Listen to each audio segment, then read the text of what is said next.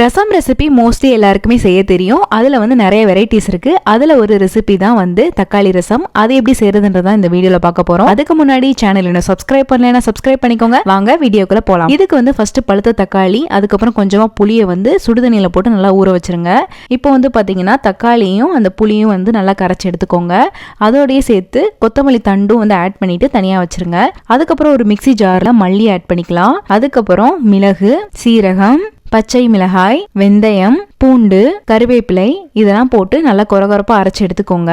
இப்போ வந்து ஒரு கடாயில எண்ணெய் ஆட் பண்ணிக்கோங்க. எண்ணெய் ஆட் பண்ணிட்டு கடுகு, கருவேப்பிலை, பெருங்காயம், வரமிளகாய் இதெல்லாம் ஆட் பண்ணிட்டு கொஞ்சமா மஞ்சத்தூள் ஆட் பண்ணிக்கோங்க. அதுக்கப்புறம் நம்ம கரைச்சு வச்சிருக்க தக்காளி, புளி எல்லாமே ஆட் பண்ணிக்கலாம். உங்களுக்கு எவ்வளவு தேவையோ அந்த அளவுக்கு தண்ணி ஆட் பண்ணிக்கோங்க. அதுக்கப்புறம் நம்ம அரைச்சு வச்சிருக்க மசாலா எல்லாமே ஆட் பண்ணிக்கலாம். அதுக்கப்புறம் உப்பு ஆட் பண்ணிக்கோங்க. ரசம்ல நல்லா நுர வந்ததும் ஸ்டவ் ஆஃப் பண்ணிக்கலாம். லாஸ்டா வந்து கொத்தமல்லி போட்டு இறக்கிட்டீங்கன்னா தக்காளி ரசம் ரெடி ஆயிரும்.